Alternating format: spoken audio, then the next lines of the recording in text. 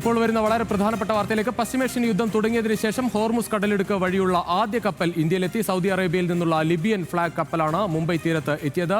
ശരത് ലാൽ ചേരുകയാണ് കൂടുതൽ വിവരങ്ങളുമായി ഡൽഹിയിൽ നിന്ന്. ശരത്ത്, എന്തായാലും ഇറാൻ പറഞ്ഞതുപോലെ അവർ ഇന്ത്യയിലേക്കുള്ള കപ്പലുകളെ തൽക്കാലം ചില ഇളവുകൾ നൽകിയിട്ടുണ്ട്. അതിന്റെ ഭാഗമായി വരുന്ന ആദ്യ കപ്പൽ എന്തായാലും ഒരു വലിയ ആശങ്കയ്ക്ക് മാറും എന്നൊരു പ്രതീക്ഷ നൽകുകയാണ്. അതെ രുചീഷെ, 1,35,000 മെട്രിക് ടൺ ക്രൂഡ് ഓയിലുമായിട്ടാണ് സൗദി അറേബ്യയിൽ ആറാംകോയുടെ സൗദി അറേബ്യയിൽ നിന്നുള്ള ഈ ടാങ്കർ ഇവിടെ ബോംബെ തീരത്ത് എത്തിയിരിക്കുന്നത്. ഇന്ത്യയെ സംബന്ധിച്ച് വളരെ വലിയൊരു ആശ്വാസമാണ് എന്ന് പറയേണ്ടത് വരും. ലിബിയയിൽ നിന്നുള്ള ലിബിയൻ ഫ്ലാഗ് ഉള്ള ഒരു കപ്പലാണിത്, ടാങ്കറാണിത്.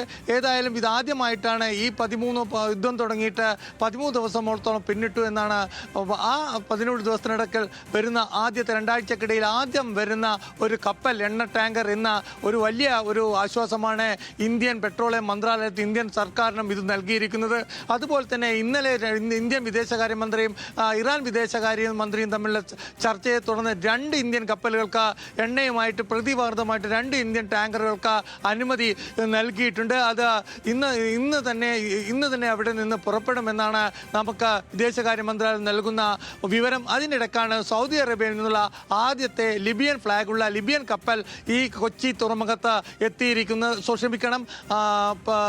മുംബൈ തീരത്ത് എത്തിയിരിക്കുന്നത്. 1,35,000 മെട്രിക് ടൺ ക്രൂഡ് ഓയിലാണ് ഇതിലുള്ളത്. അതുകൊണ്ട് തന്നെ രുചിഷയെ വളരെ വലിയൊരു ആശ്വാസം ഇന്ത്യൻ വിപണിക്ക് പോലും ഇത് നൽകി എന്നുള്ളതാണ് ഏറ്റവും ഒടുവിലത്തെ സെൻസസുകൾ നൽകുന്ന ഒരു സൂചന.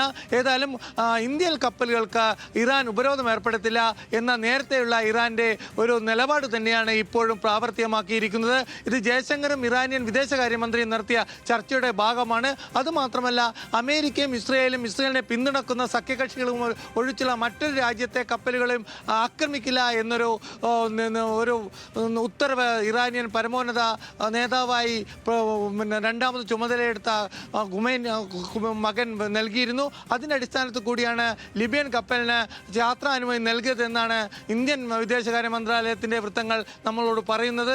അതുപോലെ തന്നെ ഇനിയും വിദേശ കമ്പനികളെ, അതായത് ലിബിയ, ഗ്രീസ് തുടങ്ങിയ രാജ്യങ്ങളിൽ നിന്നുള്ള ലെബനോൺ രാജ്യങ്ങളിൽ നിന്നുള്ള കപ്പലുകൾക്ക് അനുമതി നൽകും. ഇന്ത്യൻ കപ്പലുകൾക്ക് അനുമതി നൽകും. അങ്ങനെയാണെങ്കിൽ ഇന്ത്യയിലെ പാചകവാത അല്ലെങ്കിൽ പെട്രോളിയം ഉൽപ്പന്നങ്ങൾക്കുള്ള ക്ഷാമം അത് ഒരു പരിധിവരെ നിയന്ത്രിക്കാൻ കഴിയുമെന്നൊരു വിശ്വാസത്തിലാണ് രുചീഷെ നമ്മുടെ വിദേശകാര്യ മന്ത്രാലയം, അതുപോലെ തന്നെ പെട്രോളിയം മന്ത്രാലയം. രുചീഷ്, ശരത്ലാൽ, എന്തായാലും ഇന്ത്യയിലെ ഊർജ്ജ പ്രതിസന്ധിക്ക് വലിയ ഒരു പരിഹാരം ഉണ്ടാകുന്ന തരത്തിലുള്ള ഒരു നീക്കം നടക്കുകയാണ്. എന്തായാലും ആദ്യത്തെ കപ്പൽ ഇന്ത്യയിലെത്തി. അത് വലിയ പ്രതീക്ഷ നൽകുകയാണ്. എന്തായാലും